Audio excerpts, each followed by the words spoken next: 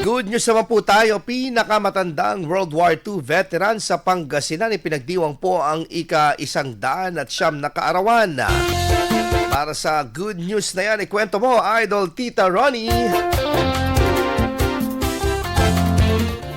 Isang natatanging selebrasyon ang nangyari noong November 3 matapos ipagdiwang ng pinakamatandang World War II veteran at oldest living centenarian sa lalawigan ng Pangasinan ang kanyang ika-109 na kaarawan. Siya ay si Valentin Mamantaon-Talan Sr. na mas kilala bilang Lucky Valentin ng kanyang pamilya, mga kaibigan at komunidad. Ipinanganak noong 1916 bago pa man sumiklab ang ikalawang digmaang pandaigdig, si Lucky Valentin ay isa na sa mga buhay na saksi sa mahahalagang yugto ng kasaysayan ng bansa. Siya ay kasalukuyang naninirahan sa kanyang tahanan sa Duyong, Kalasyaw. Ayon sa kanyang pamilya, simple ngunit makabuluhan ang naging pagdiriwang ng kanyang kaarawan na dinaluhan ng mga kaanak at kaibigan. Pinapurihan nila ang mahabang buhay na ipinagkaloob sa kanya na aniya bunga ng kanyang disiplina, positibong pananaw at pagmamahal sa bayan. Sa edad na 109, patuloy na nagsisilbing inspirasyon si Lucky Valentin sa mga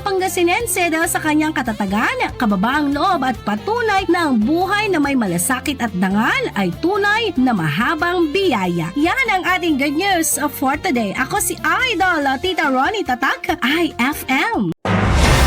IFM News. IFM News.